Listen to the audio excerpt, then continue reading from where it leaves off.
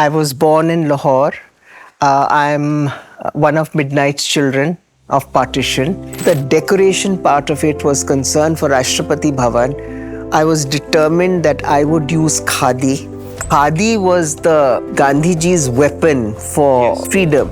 Because it had so many nationalist overtones, the British government did not allow Sir Edwin Lutyens to use khadi. Okay. So I thought, let me fulfill his dream. And I'll never forget one thing.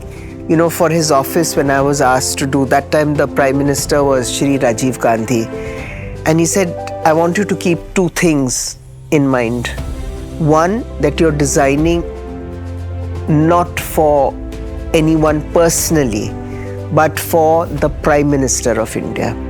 And secondly, he said that I want my executive chair to be the same height as my visitors. My husband said, you know, since 4 o'clock, there's been a person from the Ministry of Home who's been calling and calling. Whilst we were talking, the phone rang again. And this very irate man says, I think he said Joint Secretary, speaking from the Ministry of Home. The President of India wants to confer the Padma Shree on you. Do you accept or not? I was so stunned. And then I put the phone down, told my husband, I said, Rome, you know, this call was about this. He said, oh, somebody is playing an April Fool's joke on you rather late.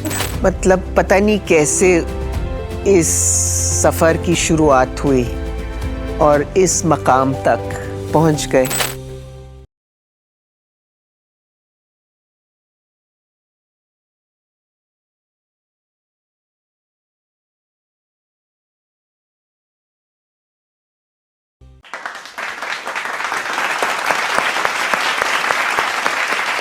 नमस्कार, आदाब, सत श्री अकाल, केम छो? मैं करण मेहता आप सभी का स्वागत करता हूं Tostem presents Legends of Design season 2 में. लेजेंड्स ऑफ डिजाइन एक ऐसा शो है जो हमारे देश के दिग्गज डिजाइनर्स की जिंदगी को सेलिब्रेट करता है. दोस्तों, आज का एपिसोड शुरू करने के पहले मैं आप लोगों के समक्ष एक छोटी सी कविता रखना चाहता हूं. इस दुनिया की शान है नारी, शक्ति का अवतार है नारी, हर आंगन की मुस्कान है नारी, ईश्वर के समान है नारी. दोस्तों, आज की हमारी जो गेस्ट है उनकी जर्नी भी इसी कविता से मिलती जुलती है. It is rightly said that when a woman stands up, she doesn't only have the power to change her family but also the society and her own destiny. जानना चाहेंगे कैसे? तो आइए देखते हैं उनकी एक छोटी सी झलक.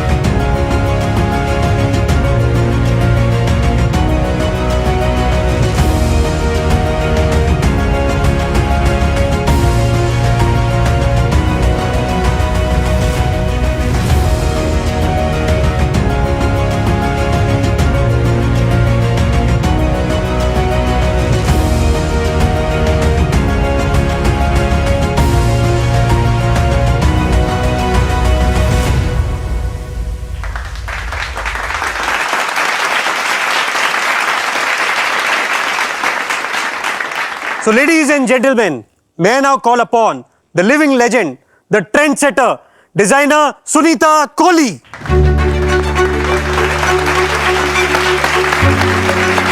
Hello ma'am, welcome to Legends of Design.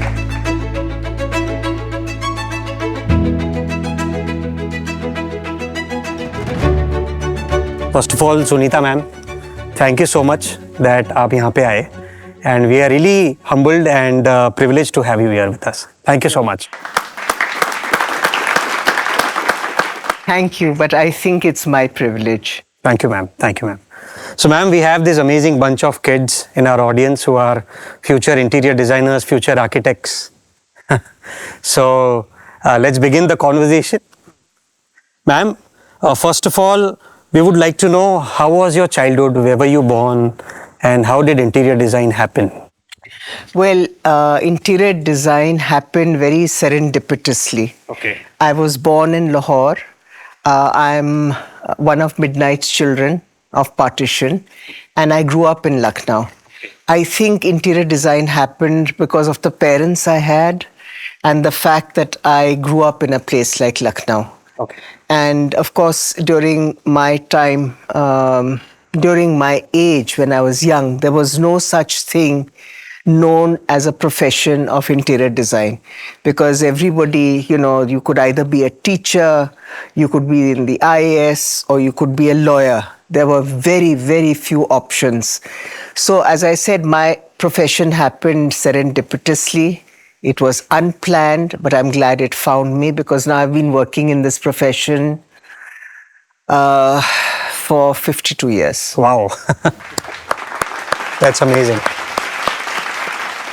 Ma'am, is it true that you were barely only 11 years and you got your first auction at such a young age? What was this experience like? Oh, I used to try, as I said, much of the fact that I became an interior designer is because of my parents. And my father, who was always taking us to kabadi walas. Now, of course, they call themselves antique dealers. Yeah. But Lucknow used to have a lot of those, because from Lucknow to Calcutta is a taluktari belt. And so you had very fine things that would come from all over, whether they were lamps, chandeliers, crystal, old 19th century furniture. So we were constantly looking at that.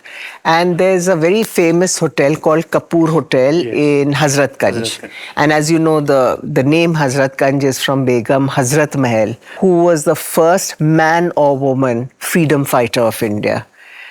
So I had gone with my mother, and I looked like my father. I have to say that because my mother looked very different to me, as she was glowing. My father used to call her Kandhari Anar, and she had emerald green eyes.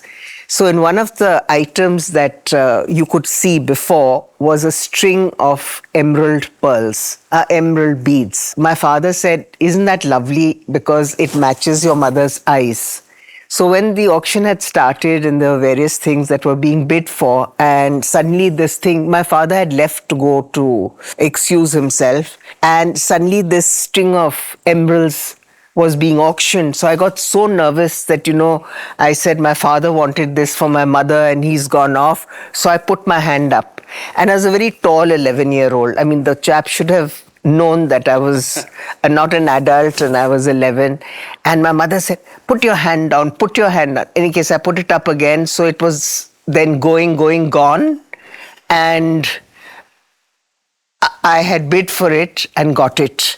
Of course, when my father came back and heard what had happened, he almost had a double hemorrhage, because, in those days, 2,000 rupees was a lot of money. So I don't know how he managed to pay for it, but my mother had that string of beautiful emeralds. Okay. Ma'am, would you like to share with our audience how were your initial years in the profession, and what were your first few projects?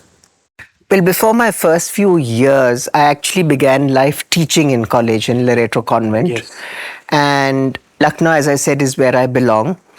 And though I colleged in Delhi at LSR, then I went back to Lucknow for my master's. And while I was doing my master's, which is extremely unusual, but that's another long story, I was asked to teach first year and second years world history. Because through some freaky kind of coincidence, I got the highest marks in world history ever in Loreto. Any case, so I was teaching history and studying literature. And so that was that. And then many things happened. I mean, there were many interests at that time, and one of them being theatre. One joined theatre arts workshop. And during the time I was doing my master's, why I say all this, whilst I was doing my master's, I also studied for a Visharad, which is the equivalent of a degree in Hindustani classical music. And I think all this is what informs my design. You know, the fact that I had very liberal secular parents who believed in a Ganga Jamni Tehzeeb, which was what Lucknow was all about. I mean, I'm a Hindu. I grew up in a Muslim city and I studied in a Roman Catholic convent. But I think that secularity is what has always informed one's interests and also informed one's work. Okay. So that's how it happened. Great. Ma'am, you are an avid traveler. You've been traveling for your work, for your passion. Could you please share all those travel experiences with us? You know, my father was somebody who really believed that travel was so essential as an educational thing, apart from the fact that it's extremely enjoyable. So we started traveling quite early. And of course, that used to be within India. But, you know, my father would say that now you children must have the experience of going by ship. So I remember from Bombay to Colombo, he put us on a Lloyd Tristino boat called Victoria. And we'd never been on a ship before. So that was another experience. And from Colombo to Madras, as it was then called, we flew. And then the rest of the journey from Madras to Delhi, we did by train. So these were all first-time experiences. Apart from the fact that in Colombo, of course, we were in Gaul, we went to Kandy, we saw that wonderful banyan tree in their famous botanical gardens. And then we came to Chennai, and we saw at Adyar Park the famous banyan tree there. So for a long time, we used to call it the banyan tree holiday. Of course, you know, banyan trees is now a very famous chain of hotels, but it didn't exist then. In any case, so he'd say, you know, you children haven't seen central India, so we'd go there. You haven't seen the Punjab, so we'd go there. And you haven't, traveled in Bengal, so we would go there. And that really resulted in a lifelong passion for travel. And as a designer, I firmly believe that everything can't be from the net. You know, that's not the way I designed. And you have to have empirical experiences. You have to see cultures and experience cultures firsthand. So I grew up with this passion for traveling because I think travel also adds to one's design vocabulary to a great extent. Yes. And I was fortunate. I was sent to the States when I was 17 years old, again by my father, on what was called an experiment in international living. So one, I think, becomes a sum total of people, of places, of cultures that one has encountered. Okay. So therefore, I think travel is just so important. Ma'am, what were your early breakthrough projects of your career? Was it Rashtrapati Bhavan or someone? No, that came later. Okay. I started working in 71. So if I started working in 71, I'm pretty ancient. I'm 78, you know. So I started working, but I started with manufacturing furniture. Okay. And then, you know, like the 18th century cabinet makers, people would say, you know, you're doing our furniture, and why don't you also design the room or the house or part of the house? So it started like that. But my first design project was in 75, which was a hotel. I've essentially been a hotel designer and a designer of public buildings. So that was in 75, and that was the Jas Oberoi in Khajuraho. So as I've said this before, I learnt on the shop floor. Because it was very well appreciated. And then I worked a lot with Mr. P.R.S. Oberoi, the late Mr. P.R.S. Oberoi. And then one got this hotel to do in Baghdad and another one in Egypt. And then in Egypt, I did a lot of work, a lot of Oberoi hotels. Okay. So how was your experience on the Rashtrapati Bhavan and the Prime Minister's office? Could you please recall those days? My first encounter of working in Rashtrapati Bhavan was in 1982 when Queen Elizabeth II had come as the head of the Commonwealth.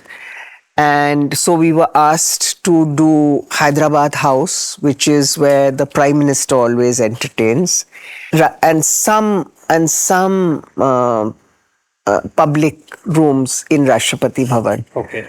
So I am essentially a very research-based designer. So I had to look, and then of course I had a much longer spell with Rashtrapati Bhavan because I worked on it for 5 years, from 1985 to 1989. And I'm a research-based designer. So I went to London at my own expense.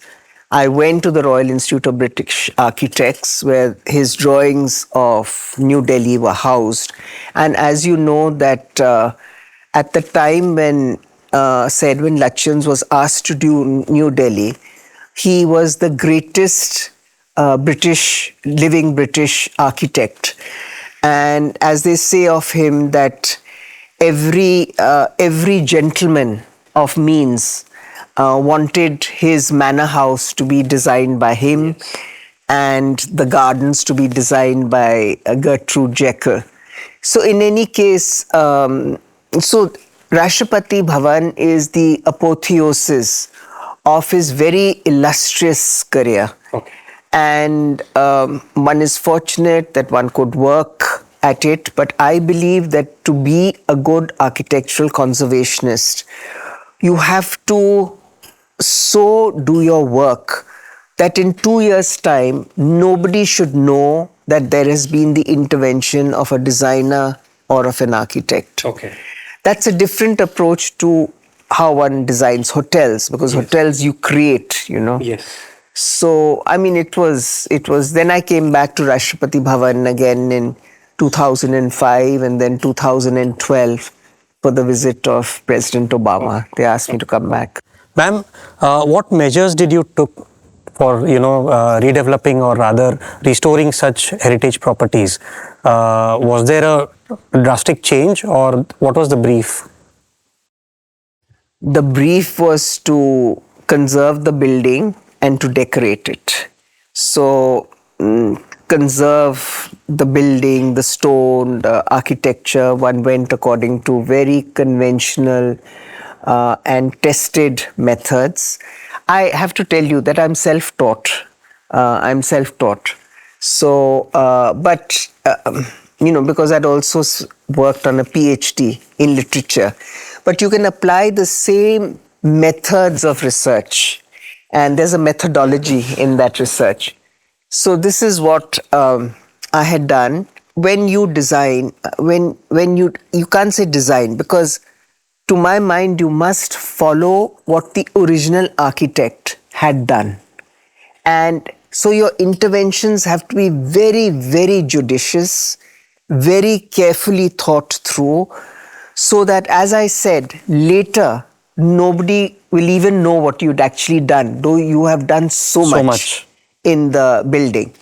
And then as far as the decoration part of it was concerned for Rashtrapati Bhavan, I was determined that I would use khadi for all the curtaining because I had read in Lutyens' memoir done by his daughter, Mary Lutyens, who actually I knew in the 80s, even though she was very, very elderly at that time, and that he had wanted to use khadi.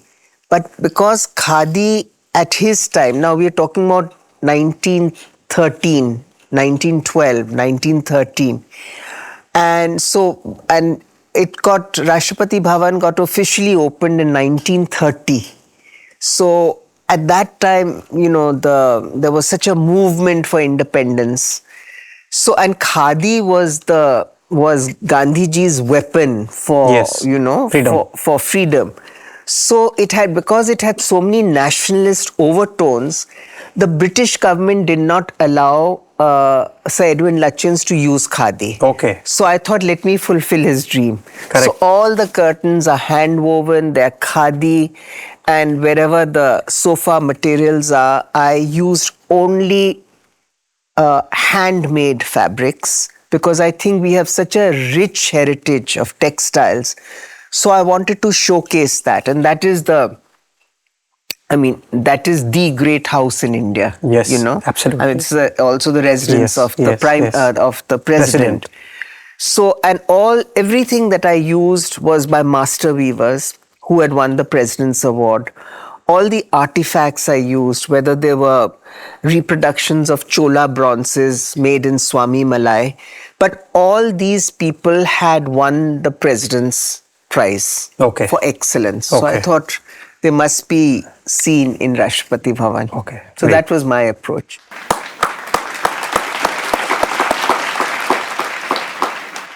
Ma'am, you worked on a lot of international projects, especially in Bhutan and Egypt.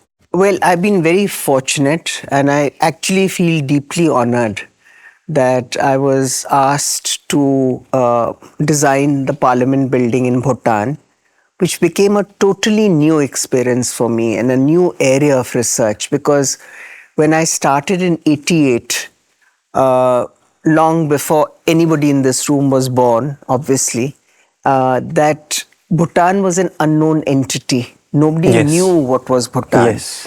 And so that was, then I finished it in 1990, and it's totally in Bhutanese Buddhist style. And then in 2010, when they held the first SAARC summit in Bhutan, then Kohelika, my daughter, who's an architect and who has co-founded our firm, K2 India. So she did all of that, and plus implemented it, plus took in the winter 185 skilled workmen from India to Bhutan to complete it in 4 months. So, you know, all those challenges.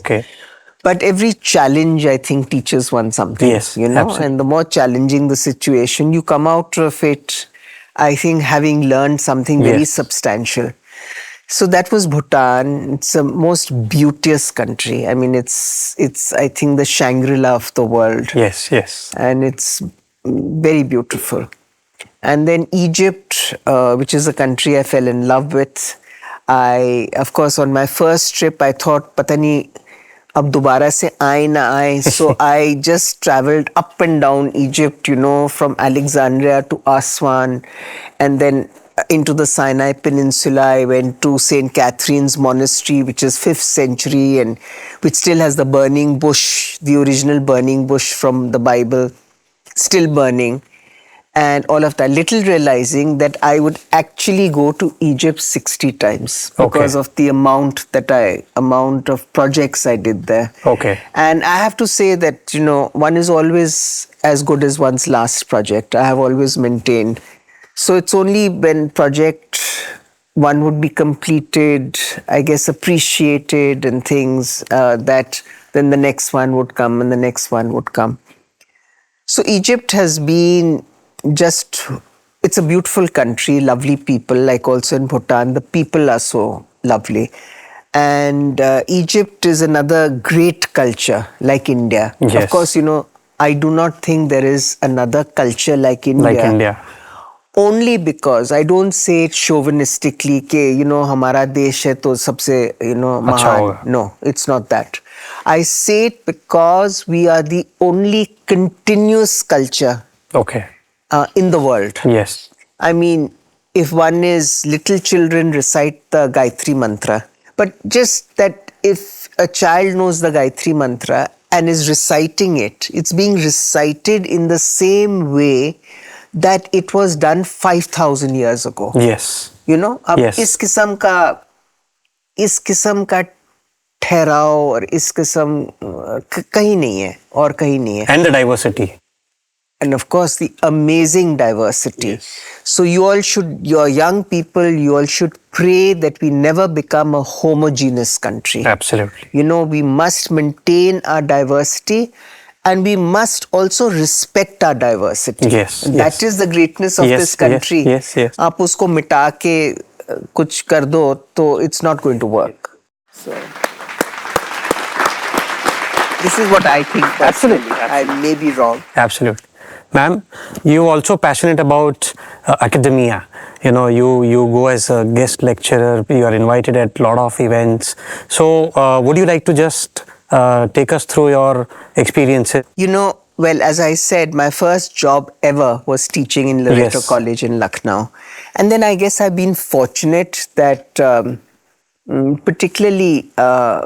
particularly after, I've always written. I've always been invited to write extended essays in various books that have had to do with design or that have had to do with literature uh, and similar subjects. So what really took me to the States and going everywhere was that I had written a long extended essay on the planning of New Delhi. Okay. For some reason, I'm considered the expert on Lachin's architecture. And of course, I feel very honored that I have worked on his architecture of his greatest architecture, which is Rashtrapati Bhavan, and then comes Hyderabad House. I had written this essay in a book called The Millennium Book on New Delhi. And because it was published by Oxford University Press, they have a worldwide presence. Yes. So it went everywhere. Yes. So then I suddenly received an invitation from Harvard, from the Kennedy School of Government, to come and give a talk on the planning of Delhi and Lachins, Sir Edwin Lachins.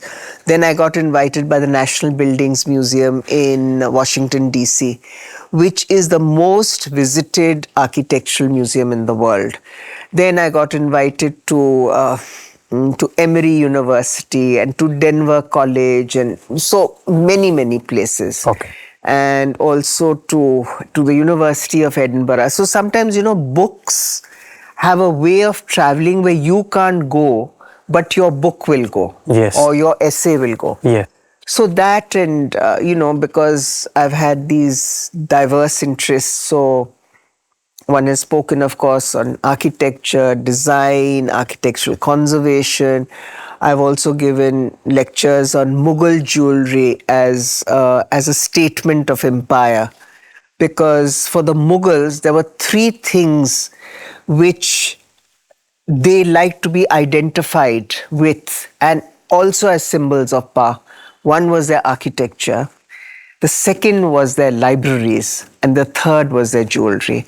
So I have, because it's so architecturally linked also, and I grew up in Lucknow where we used to see a lot of late Mughal jewelry. Okay. And again, my father was constantly looking at this. As I said, a lot of my interest developed because of my father. So I was then invited to be the chairperson of the board of the School of Planning and Architecture in Bhopal.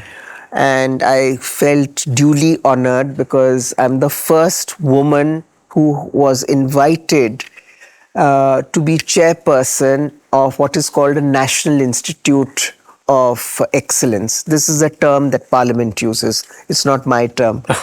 And in which the IITs come, the All India Medical Institutes, the SPAs. So, that was a wonderful experience. And whilst I was there, I championed three very major things. One was the writing of the history of architecture, but from an indigenous perspective. I championed that with a group of brilliant architects who are also scholars. And I championed that. I championed our conservation students were working on a site called Ashapuri, which is just outside a place called Bhojpur in Madhya Pradesh. This is Raja Bhoj who established Bhopal. So it's a 10th century temple. So Ashapuri is close to that. But these are 7th century temples and there are 27 of them. So our, conservation architectural students, they identified every single historical rock. And then it's a term called stitched. They stitched 3 gopurams. Okay. So Well, I don't know what has been the fate of that project, because I was there for a certain number of years. Yes. And then you don't know what the next person has done or not done or undone. Okay. So that was, and then also the other thing that I had very seriously championed was the first conference of vernacular architects in Southeast Asia. So we had 400 vernacular architects who had come, and out of which 90 were actually vernacular architects, who make huts out of, if there is, out of fronds and things. And we had these people demonstrating also. So that was, I think, our speakers were so brilliant. It was a brilliant conference. Okay. So that presently, what can I say? Presently, I'm the industry dean for the School of Design at a place called AFT, which is the Asian Academy of Film and Television. I sit on the board of Welham Boys School. And like that, there are various things. Ma'am, you've also been a passionate writer. You've written a couple of books, and I don't know whether I'm a passionate writer or not, but yes, I have written a few books. I've edited a few books. Two of my books are on cooking. One is the Lucknow cookbook, which I co-authored with my mother. And which I have to tell you, which I feel very proud for my mother. What is it about? It's about Lucknowi cuisine, but it's about everyday food. It's about everyday food, so it's not like great awardee food. Of course, Lucknow is known for that. Yeah, I mean there are wonderful biryanis, and I think in Delhi I make the best Lucknowi biryani. But the food we ate in each other's homes, like like Delhi ghar ka roz ka khana, dudhia lauki and things, but the zaika is different because in Lucknow we don't put tomato. Acha. Like in the Punjab, they put tomatoes into everything. We don't use tomato. In fact, we used to call them, at least 2 generations before, we used to call them Velaiti Baigan. Acha.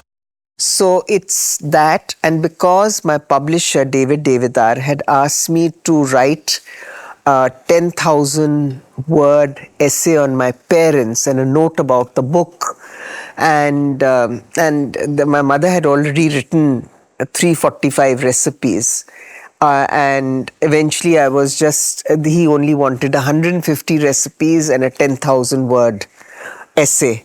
So I thought, how easy is that? After all, I'm so Inglit, what is writing 10,000 words? I'm always writing. And I said, I will abstract from 345, 150 recipes. But it became the most difficult project of all, because when you start writing personal histories, like he had wanted me to write about my parents. So I've titled it Watan Lost and Watan Found. From Lahore to Lucknow, my parents' story. Because of that, and any case, what I was saying is it became a difficult project because my mother, without exaggeration, only produced another 1,000 recipes. So I said, where are we going from here? That becomes almost 1,300. So any case, it got finished in 3 months, but I worked 12 hours a day, including Sundays, for 3 months to finish it. But now, having said that, the book is in its 11th edition. It got invited to every single major literary festival in India and in Singapore and in New York. And it's been declared a modern classic. Yeah. So, and my most recent cookbook, which is the second of a cuisine trilogy, and then no more cookbooks, I think, is called The India Cookbook from the Tables of My Friends. So there's, this is because friends who also, I love regional food in India. And I'm one of those Indians who travels to Italy and never miss Indian food. I'd much rather have food from there. And much rather, if I'm traveling in India, I'd much rather have food, like if I'm in Bombay, I'd much rather have food from here than think of what is butter chicken and all that makhani dal and all. So, but speaking of cookbooks, when I was in Hyderabad, suddenly 3 girls came running up to me, students, and they said, "Aren't you Sunita Kohli who's written the Lucknow cookbook?" I said, "Arey wah, pehle to kehte the, aren't you Sunita Kohli, the interior designer?" And suddenly now it's all going about cooking. So I think cooking has a huge influence. And of course, I get asked this question by my fraternity. "You're a designer, but how come you're writing cookbooks?" I said, "Jo artist ka mood ho." I mean, how can you dictate to people what to write and what not to write? I mean, and all of us, I mean, we don't live in silos. We can all have multiple interests, which come out at different times. So that's it. But that's the cooking.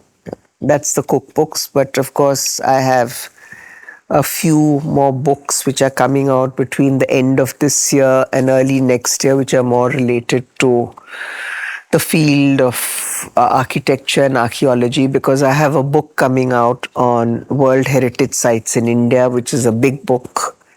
And then I have, or we have, I should say, because it's done with my grandchildren, a children's book on Delhi's architecture.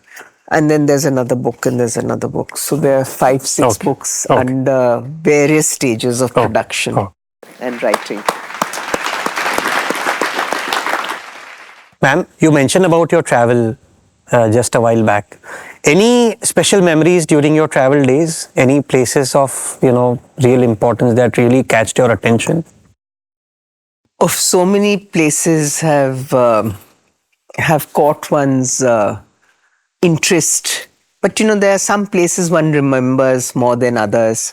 And particularly when I speak of traveling in India, there are many, and I'm working, as I told you earlier, on a book on World Heritage Sites in India. But these are sites that I have visited over and over and over again, because I started young with my father, and it's continued. And some of the places, apart from the, mentioning Hampi, which is wondrous, and the living Chola temples in Tamil Nadu, apart from all of these, but there's some sites like Bhimbetka, for instance, which is not far from Bhopal. And it is in these are rock cut paintings. I look at it very simply. Okay. But Bhimbetka has the earliest manifestations of art in India. So the rock paintings are 30,000 years old. Oh. And it's a beautiful site, Okay. So in fact, I think that Madhya Pradesh is one of those unexplored states. 1/3 of the forests of India are in that one state. Yes. And so it's very green and... Yes, I'm aware. I travel a lot for my wildlife expeditions to Madhya Pradesh quite often. Beautiful. And these wonderful gurgling rivers like So there's that. Then when you go to Mandu, Bhimbetka is a World Heritage Site. Mandu, which should be a World Heritage Site, is not. And it has systems of water preservation and conservation, the likes of which the world has not seen. Okay. This should become like the shining example, because every drop of rainwater goes into cisterns, and how it flows and how the water is cleaned and things. And I urge your students to actually look at and study Mandu as a project in itself. Okay. Today we talk about sustainability, but then not so much importance is given to, and Mandu is what, 1500 AD. So we're already talking about 700 years ago. Okay. So there are sites like that, Bishnupur, these brick temples in Bengal, they've yet to become World Heritage sites. They are on what is called, the tentative list. That means they can become later, but their turn has not come as yet. Okay. Ma'am, you've worked on a lot of government projects. What are the challenges working on such large-scale projects? I must say the scale is something I've always been used to. Prestige might be another angle that we can look at. because they're very prestigious, Yes, you know, these, yes. not to say big 5-star hotels like I've done for the Oberois in Egypt and all, aren't. But it has another It has a type of, national yeah, prestige. of Yeah, yeah. national value and national prestige, and Yes. there everything is representing whatever country. Yes, Bhutan is yes. Bhutan, India is India. I've always found it easy, and I'll tell you, like, working in Bhutan, my client, if I might be so disrespectful as calling, you know, a head of country or state a client, but it was like Ashi Sonam, who was K4, the king of Bhutan, the father, eldest sister, and she was the finance minister. So it started with her, and then the king came into it. Okay. So my presentations were then to the king of Bhutan. And then in 2010, they were to the prime minister. Kohilika was presenting to the prime minister of Bhutan and K5. Okay. So uh, in Rashtrapati Bhavan, it was the presentations were actually being done. Of course, the president was involved, but were being done to the Prime Minister of India. Okay. You know, and for instance, working on the Prime Minister's office and secretariat in New Delhi, which, as you know, is housed in something called South Block, which was designed by Sir Herbert Baker, who was the collaborator of Sir Edwin Lutyens. And I remember then so presentations were done to him, you know. Of course, there were other officials and all that present but were done to him directly. And I'll never forget one thing. You know, for his office, when I was asked to do, that time the Prime Minister was Shri Rajiv Gandhi. And he said, I want you to keep two things in mind. One, that you're designing not for anyone personally, but for the Prime Minister of India.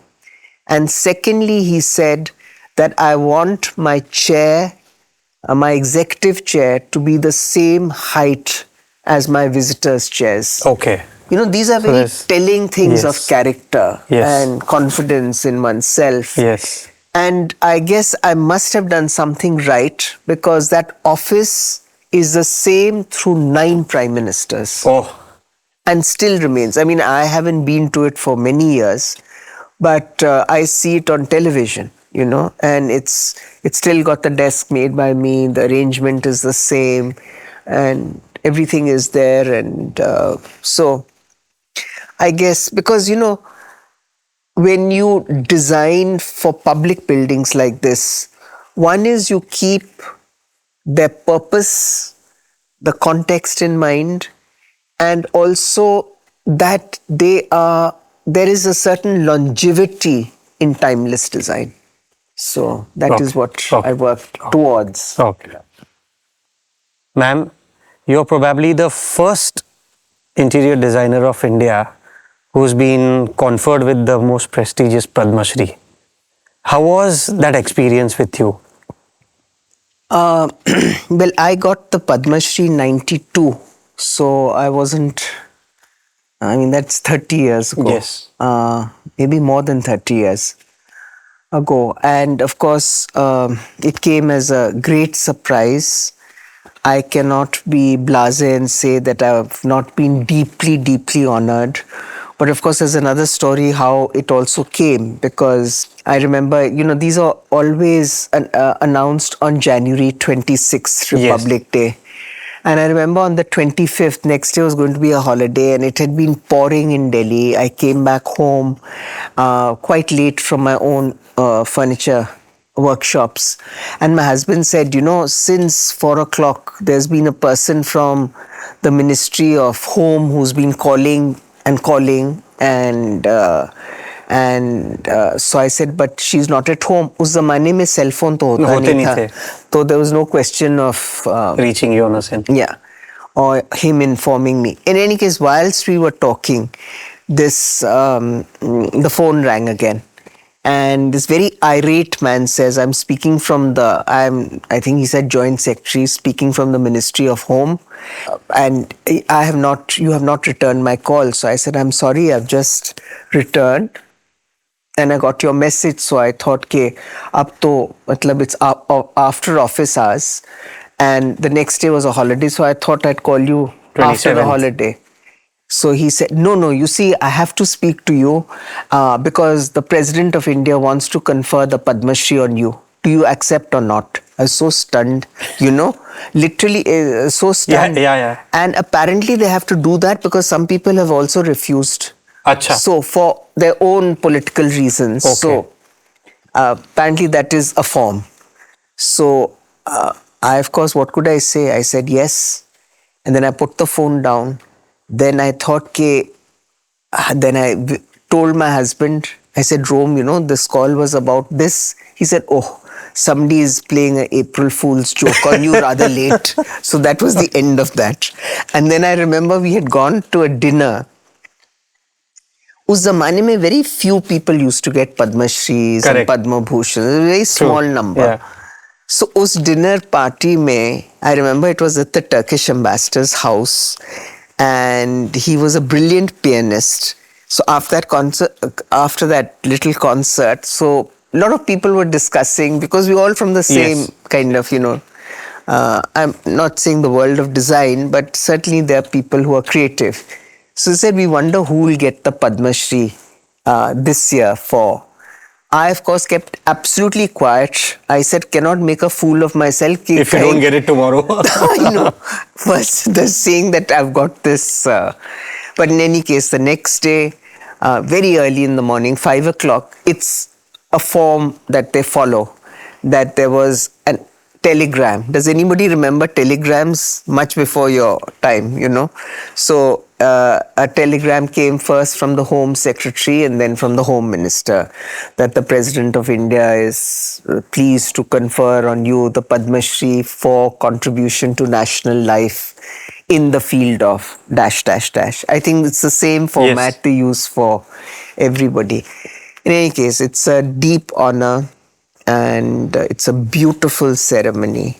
Okay. And it's really, and the same time that I got my Padma Shri, which is, in the, it's Padma number Awards. 4. Yes, number 4. The Padma Awards, but at the same time, J.R.D. Tata was being conferred the Bharat Ratna. Which is the number 1.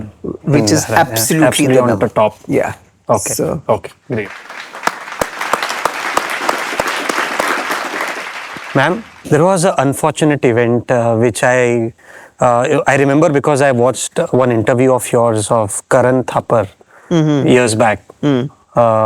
Face to Face, BBC. Yes. Yeah. There was some incident, you had injured yourself while doing something. What was that?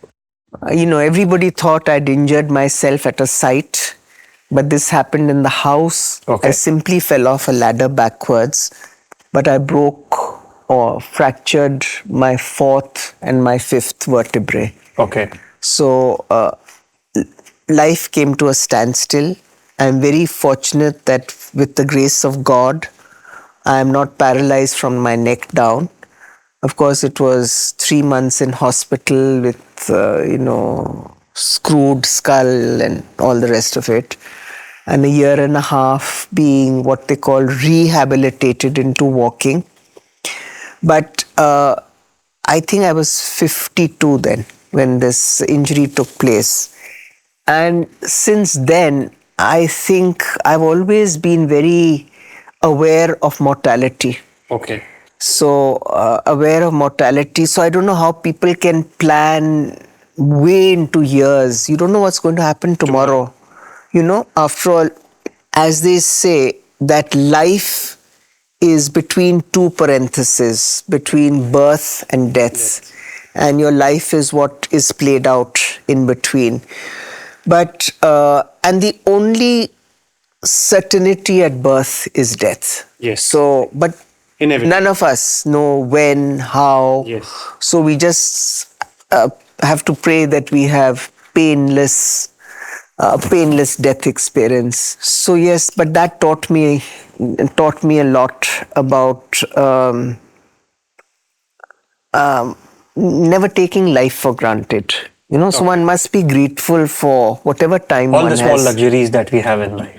Yeah, everything, Yes, yes. everything. Moments we have with friends, with family, with what we do Yes, and yes. things. So it was, of course, it also taught me. I mean, because I think we don't have time to reflect.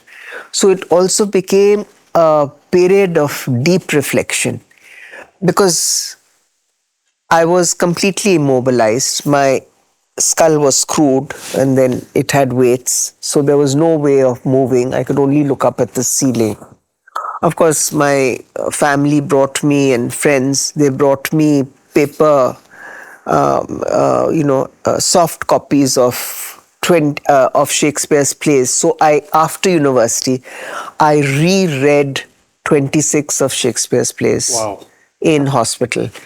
And the other thing is because I love classical music, particularly Hindustani classical music. So one could listen to morning rags in the morning, afternoon, evening. But last thing at night, I would always listen to New York. And I said, baby, I'm getting there out of this hospital.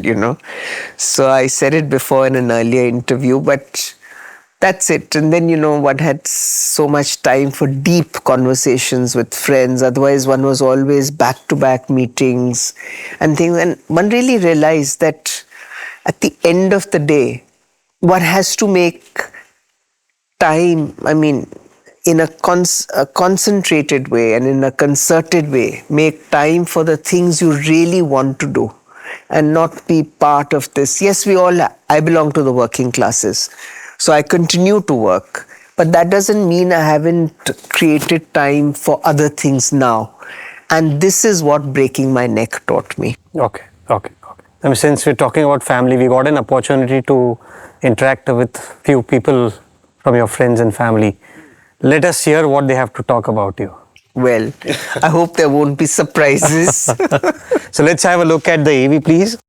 Hi, my name is Ravi Trehan. I'm Sunita's first cousin. My wife Saran is from Turkey, and we divide our time between New York, London, and Bodrum in southern Turkey. Sunita and I grew up in Lucknow, where our parents settled after partition. This city shaped us deeply, a place of vibrant culture, amazing cuisine, and what we call tehzeeb, a manner of grace and poetic sensibility. These Lucknow qualities seep into your being, and I think Sunita absorbed them more deeply than any of us cousins. It was always clear she was destined for a life steeped in art and culture. Today, we see a full expression of that. Whether she's in Delhi, London, or New York, she's always surrounded by fascinating people doing amazing creative work. Sunita is a cultural force. I believe she will continue to elevate our appreciation of Indian arts and take us to new heights. Wishing you the very best, Sunita. Much love from Saran and I. Hi, this is Rajesh Mehra from Jaguar Group. Miss Sunita Kohli is not just a name in Indian architecture and design, she is an institution. Her work transcends architecture and interior design. It preserves India's culture, more importantly. For decades, she has restored and reimagined the spaces that define our national identity, from Rashtrapati Bhavan and Parliament House to heritage hotels and cultural landmarks. She's someone who deeply values craftsmanship, legacy, and Indian excellence. I have always admired Sunitaji's philosophy. She doesn't just decorate spaces, she curates timeless works. Sunita Kohli, a multifaceted personality, has played a catalytic role in transforming the interior design landscape in the country. I have had the unique privilege of knowing her both personally and professionally, and a very unique distinction of launching Kala and essays on contemporary design aesthetics in both Milan and London that was so well attended by the entire design fraternity the Indian diaspora, and a lot of British architects. More power to you, Sunita Kohli. My name is David Devidar, and I'm Sunita Kohli's publisher. She's a tremendous writer. She's published 2 books with us, both of them cookbooks, and she has great style. And also the way she's able to express herself is quite remarkable. Her Lucknow cookbook is an acknowledged classic. And also her second book, From the Tables of My Friends, has made waves and it is published. I cannot speak highly enough of her abilities as a writer, in addition to her acknowledged sort of painful design. Thank you. Hi, I'm Sonali Rastogi. I've gotten to know Sunita Kohli well over the last few years, but of course, ever since I started my career as an architect slash interior designer, I have always looked up to and admired her work. Getting to know her has been a different ballgame. The stories, the history, the exposure, the culture that goes behind her work truly comes alive when you are in conversation with her. So, I mean, we talk about food, we talk about people, we talk about so many different things. That's what I really think is a magic of the work of Sunita Kohli. Sunita Kohli is such a pleasure to work with, and we've had the privilege of working alongside her on multiple projects, notably among them being the Times of India House on 4 Motilal Nehru Marg for Sameer Jain, and the Ranbaxy farmhouses for its founder Dr. Parvinder Singh in Rajokdi. Sunita brings in a wealth of history and context apart from aesthetics and interior architecture, adding immense value for us as architects and the projects at large. For us, the best part has been her matching wavelength with the clients, wherein we could further our ideas and thought processes through her. The diversity of her projects and experiences with the related anecdotes she shares are such gems to inspire and cherish for a lifetime. I would also like to add that similarity of thoughts and mutual respect, which leads to a free exchange of ideas, is a rare occurrence. And Sunita is able to trigger this magic in collaborative working, so essential for architecture. Nita and I have known each other for more than 70 years. And somewhere along that time, we became close friends and have remained happily so. In class, in school, Sunita was always very active in history, English literature, arts. I remember her being always standing ahead above all of us in more ways than one. She was active, articulate, and always involved. And going on to college life with so much fun. We were dancing in the common room to House of Bamboo, forever hungry and calling for kachori aloo from across the college gates, and sneaking home to try and smoke my father's cigarettes sometimes. All very happy memories. They've brought us here through life. Cheers to that, Sunita. All the best always. My dear friend Sunita Kohli is a multifaceted, creative genius. Whether what she writes, what she creates, what she builds, it's an absolute treat to go into a space created by Sunita. To know Sunita Kohli is to enter a world where elegance meets intellect and every space becomes a story, including her own exquisite home. Our abiding friendship is rooted in our love for the written word. In our collaborative conversations across various literary festivals in India and in New York, Sunita has been a friend, philosopher, and guide, wise, witty, deeply empathetic, and always generous with her vast knowledge. Sunita Kohli is in every sense a national treasure and a joy to know. How would you say about Sunita Kohli in 30 seconds? A celebrated designer, a historian, an author par excellence, and someone who is deeply interested in every single subject. And the way she brings all that expertise and inquiry into her design. But for me, as a non-architect and as a friend of Sunita Kohli, what I am also very intrigued by the home that Sunita Kohli offers.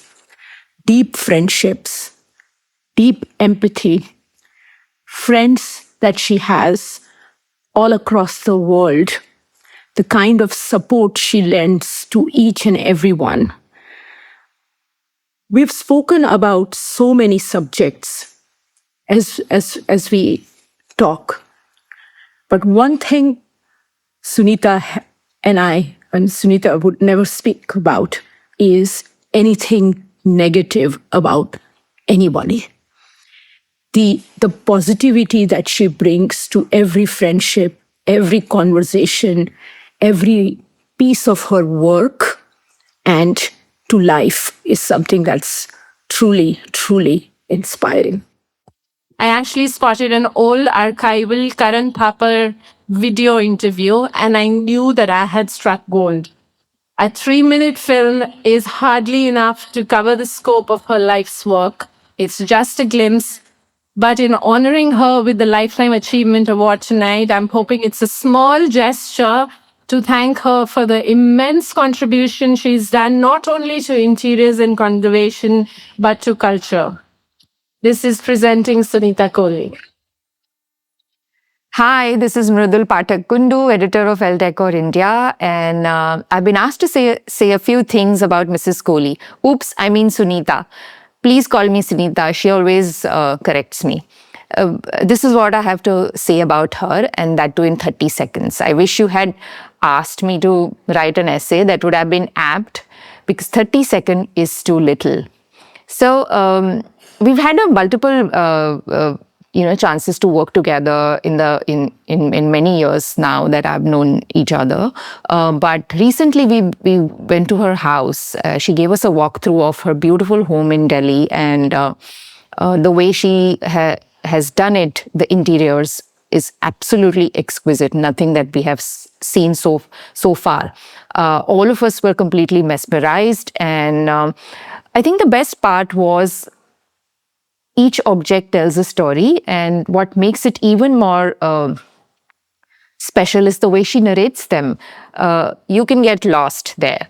Her love for weaves, her love for saris, her love for documentation, whether it's a coffee table book or even her own cookbook, it is something which is there on my shelf. She has a khazana of all things life. There's so much beauty and grace with which she carries herself, and the way her home reflects her love for culture. I think she's an inspiration, and I consider myself fortunate to be associated with her and Kohelika. Namaste. In anything that she does is always wonderful. Because first of all, you know you're going to enjoy it. And secondly, it's always absolutely beautifully done, right down to the last detail. And of course, there's nowhere better to go than India if you're looking for inspiration.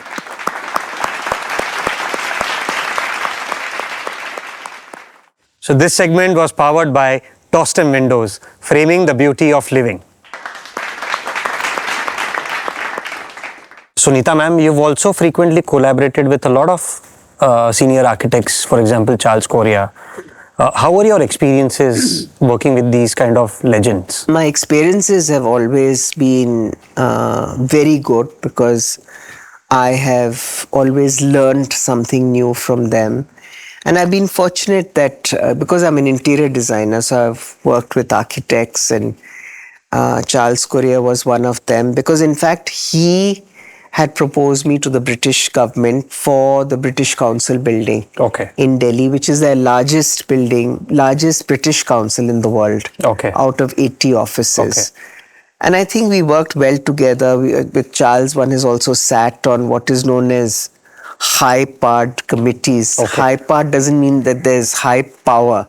It just means it's a government term, which means that the work you will be doing in this government committee, you will be answerable to Parliament, because it becomes part of the Gazette of India.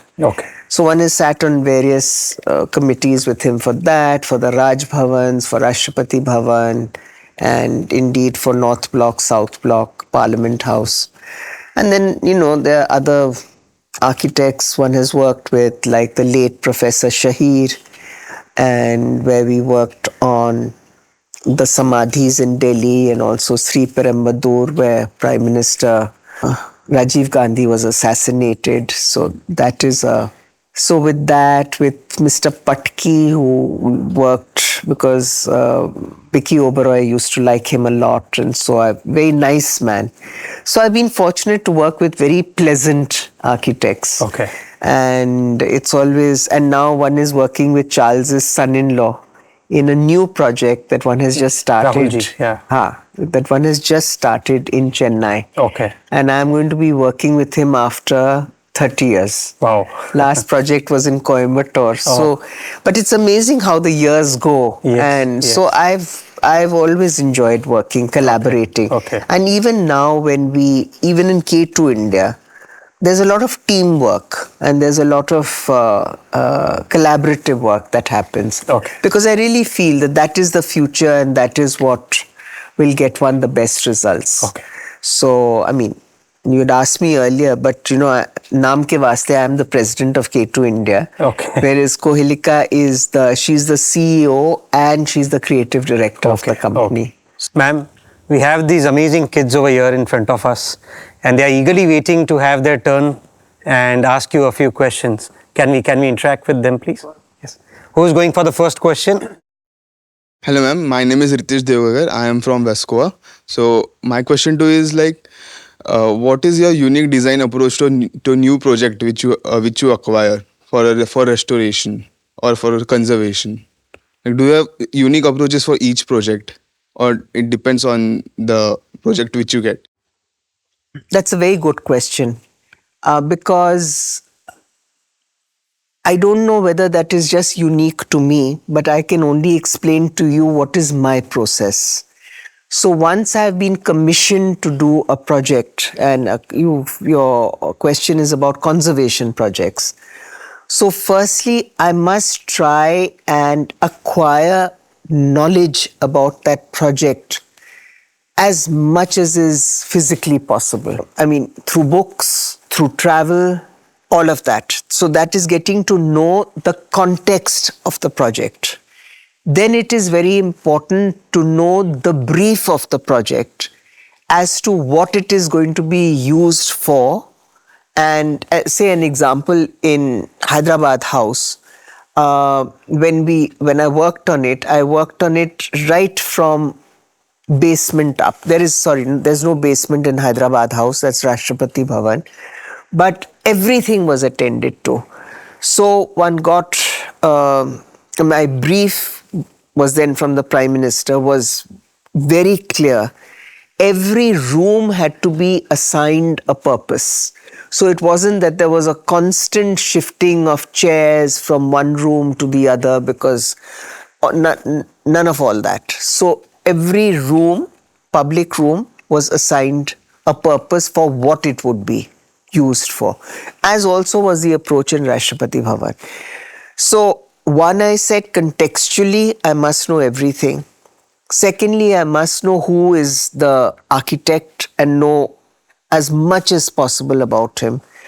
Thirdly, if it's out of town, I mean out of Delhi, and say like for Bhutan, I must travel up and down to really understand the country, the context. And in Bhutan, I did a lot of it. That's another story about who I was assigned. Somebody called Dasho Khandu, who was a living encyclopedia on Bhutanese Buddhist art that was assigned by His Majesty K4. So we would be going from zong to zong, which means monastery to monastery, him explaining, me absorbing, me taking notes, me making sketches. So that's the way. I mean, as I said, during that time in the late 80s, there was no internet. So this is my approach. And then, as I said, the brief has to be very clear. Often it is, but sometimes you also have to draw out people to give you all the nuances of that brief, So that is my personal approach. That's a great approach, ma'am. Thank you so much. That's it. Who's going next? Hello, ma'am. My name is Sanika. I am from Vivekanand College of Architecture. So, my question was, what are the challenges of restoring heritage buildings being relevant with the modern use? I think that if they cannot be used in a relevant way, half the purpose of it is lost.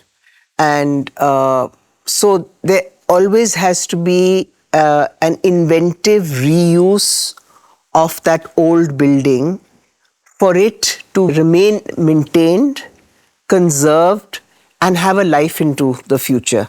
Because, you know, the thing with buildings is, and you all are all students of architecture, the moment a building is made and is completed, it starts to deteriorate from right then. So what we call adaptive reuse of old buildings. And there are many, many countries that have done it extremely well, and which I wish we had more and more of. We have it in bits and pieces in Delhi, and I'm sure you have it in Bombay, where some of the old Havelis in Shah Jahanabad, which was a city that, what is called as Old Delhi, that's a city that the Mughal Emperor Shah Jahan built. So these Havelis have been converted into very charming, small boutique hotels. But not enough was done. And because nothing came of it, like what is happening just to 2 or 3, so many of these old buildings have over the years, and I'm talking since the 80s, have been destroyed. So somebody like Mr. Pavan Verma, or I should say Ambassador Pavan Verma, who I met probably in the 80s when he was the secretary to the president, because they always have to have a secretary who's from the foreign service. So he wrote a book called Mansions at Dusk, and we went to see these old Havelis in the 80s. Nothing remains. Now that's a sadness. When you compare it to countries like Morocco, in Marrakesh, these wonderful old houses, these riads as they call them, have all been made into the most beautiful boutique hotels. So I think we need to do much more of it, particularly in our own country, to see, because there isn't sufficient respect for old buildings. Man marzi gira diya, man marzi, and it doesn't matter if, you know, if it's not under the archaeological survey and it's a listed building, or it's a grade A building, B, C, D ka to bura haal hai. This will come from you students, you know, who take up these causes of adaptive reuse of old buildings.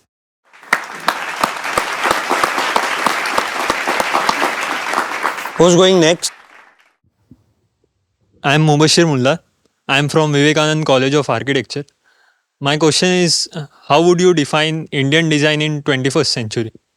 I think Indian design in the 21st century has got much more confidence than post-independence. You know, we were a young nation. After all, we're only 78 years old, exactly as old as I am.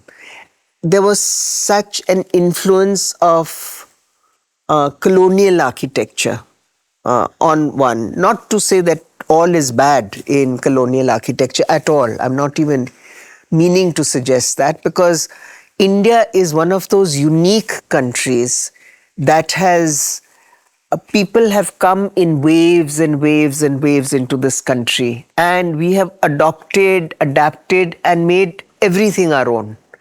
That is why, for instance, if you take Mughal architecture, it is unlike, which I find extremely beautiful, which is unlike any other Islamic architecture in the world. And the reason why it is different is because it has adapted so much from India. You know, whether it's Hindu architecture, Jain architecture, Buddhist architecture, and I'll come back to that to give you an example. So Earlier architects were looking over their shoulder as to what was happening in the West. Of course, we live in the 21st century. We must be with the times. We must have contemporary buildings. But now more and more architects, designers are also looking at what is our own heritage.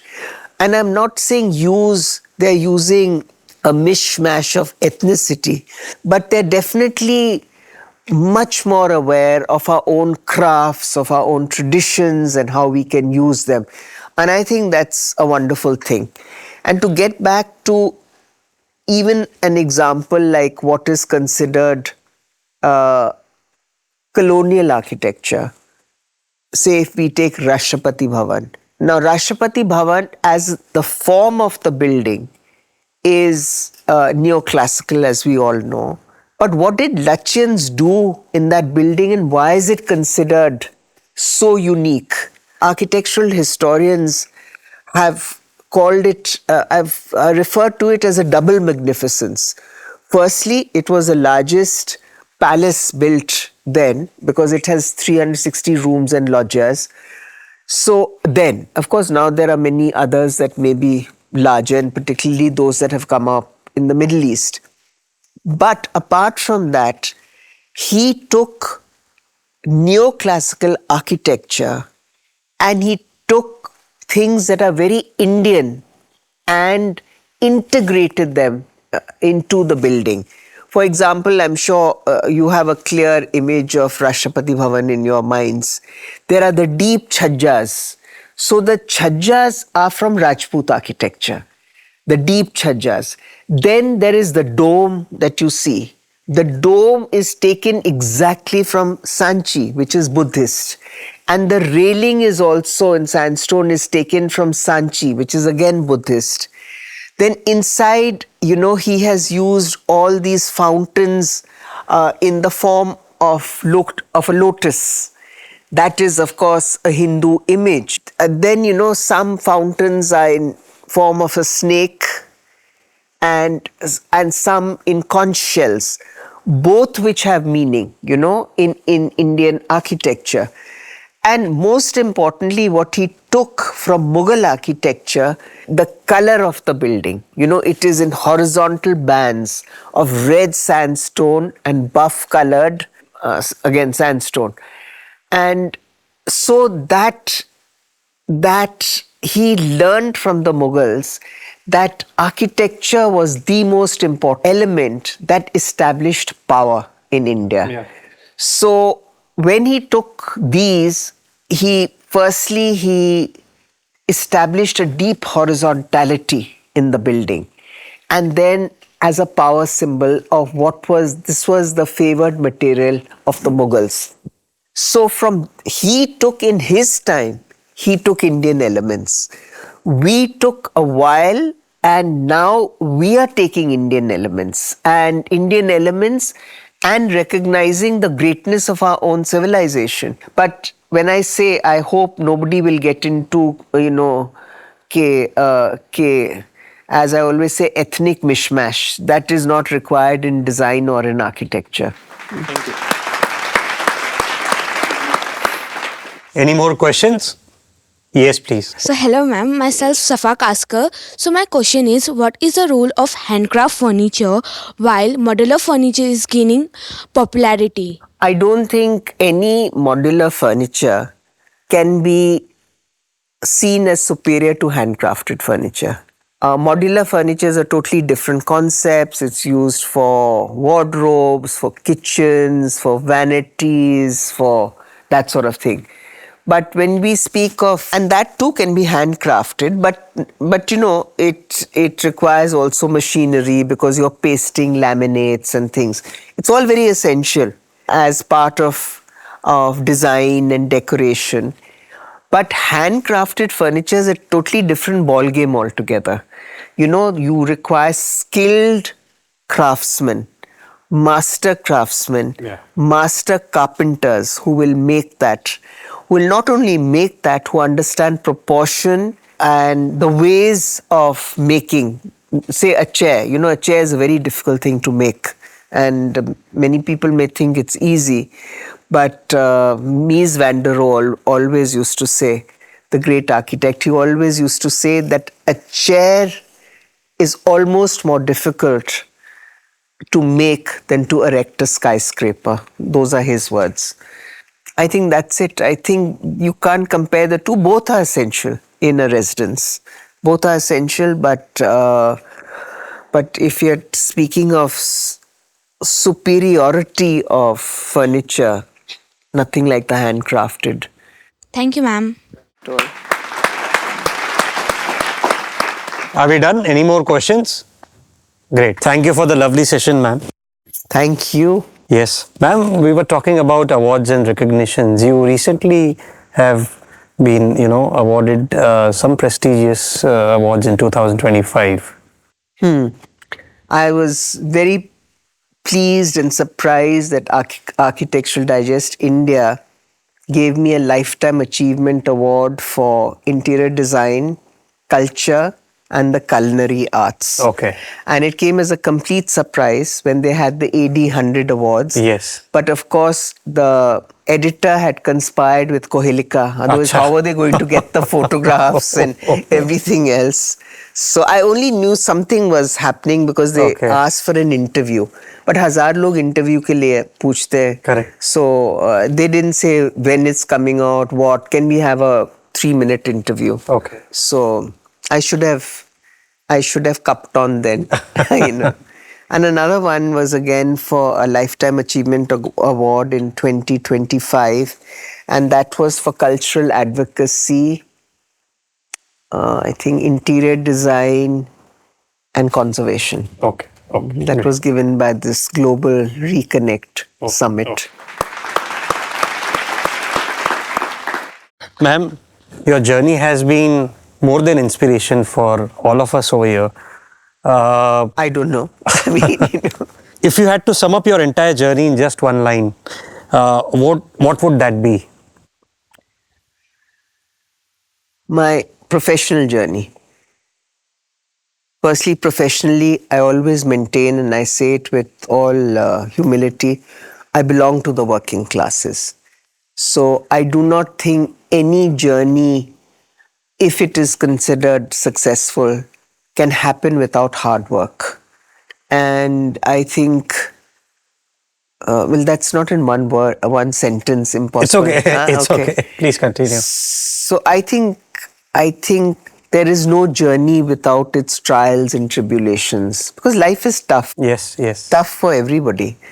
So there's all of that, and मतलब पता नहीं कैसे इस सफर की शुरुआत हुई और इस मकाम तक पहुंच गए, Great. So Great. Ma'am, one last question. Ji. If you could go back and give your younger self one piece of advice, what that advice would be? Can it be non-professional advice? Yes, absolutely. Okay.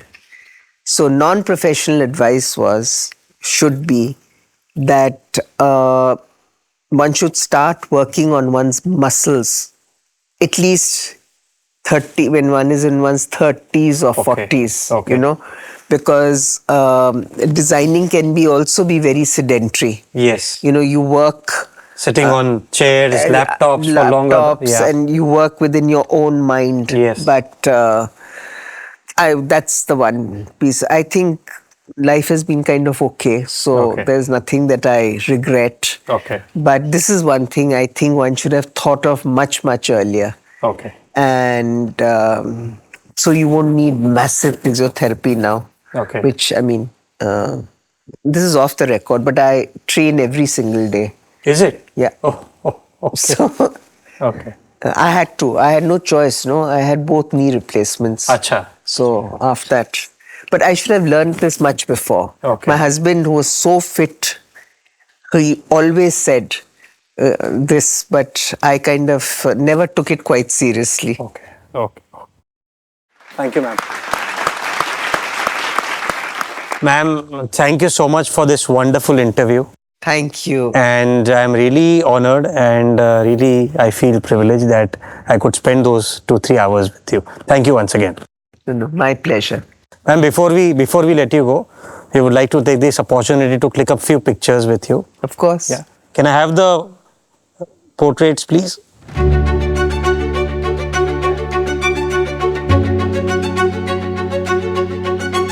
There are 2 copies. One is for you, one is for us.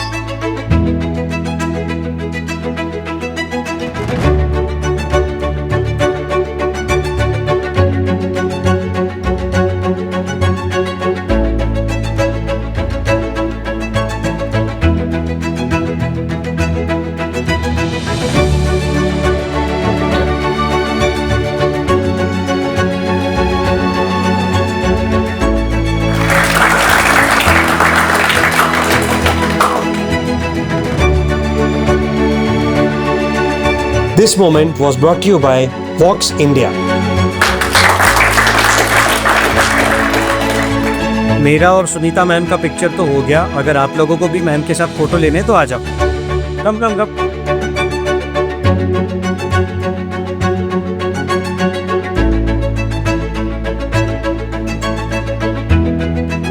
तो ये थी सुनीता कोहली जी। जब एक औरत एक सपना देखती है तो वो सपना सिर्फ उसके खुद के लिए नहीं देखती, वो सपना देखती है उस बच्ची के लिए जिसने अभी अपनी जिंदगी शुरू की है। वो सपना देखती है उस नन्ही सी लड़की के लिए जिसने अभी अ से अक्षर बोलना सीखा है। वो सपना देखती है उस माँ के लिए भी जिसे कभी बताया नहीं गया कि सपने सिर्फ देखे जाते हैं बल्कि जिए भी जाते हैं। तो चलिए उस नन्ही सी बच्ची के लिए और माँ के लिए उड़ान भरते हैं नए सपनों की। We thank our title sponsor Tostem Windows, our powered by sponsor Vox Building Material Products and our automation partner Smart Node Automation. जल्दी मिलेंगे Legends of Design के एक नए एपिसोड के साथ। तब तक देखते रहिए Legends of Design. Good night, शब्बा खैर, शुक्रिया।